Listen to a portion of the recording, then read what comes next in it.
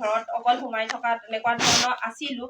কিন্তু এতিয়া কি হৈছে, মহিলা সবলীকৰণ বুলি ক'লে অকল আমি এতিয়া আমাৰ উৎকৃষ্ট উদাহৰণ আচলতে সংগীতা বাইদেউকে ধৰিব পাৰি। এয়া আমাৰ সকলোৰে গুৰু সংগীতা বাইদেউ। আৰু সংগীতা বাইদেউ আগতে যিহেতু বজাৰত আচলতে তামোল পাণ বিক্ৰী কৰি মানে নিজৰ পৰিয়ালটো আচলতে পোহপাল দি আছিলে। আৰু এতিয়া এই RCMৰ জৰিয়তে তেওঁ মানে মহিলা সবলীকৰণৰ এটা উৎকৃষ্ট উদাহৰণ দাঙি ধৰিছে। ঠিক তেনেদৰে আমি ইতিমধ্যে মই কিতাপখিনি আপোনালোকক দেখুৱাইছোৱে। আৰু তাত আমি নিশ্চয় পাইছোঁ বহু কেইগৰাকী আচলতে মহিলাও আছে।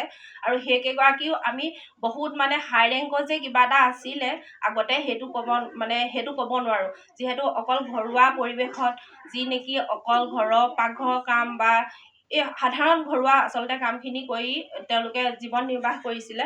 এতিয়া তেওঁলোকে এই RCMত সোমাই তেওঁলোকে এই প্ৰডাক্টসমূহ ৰিটেইলিং কৰি বা এই প্ৰডাক্টসমূহৰ নলেজ বা এনেদৰে মিটিং কৰি তেনেধৰণে তেওঁলোকে আগবাঢ়িবলৈ আচলতে সক্ষম হৈছে।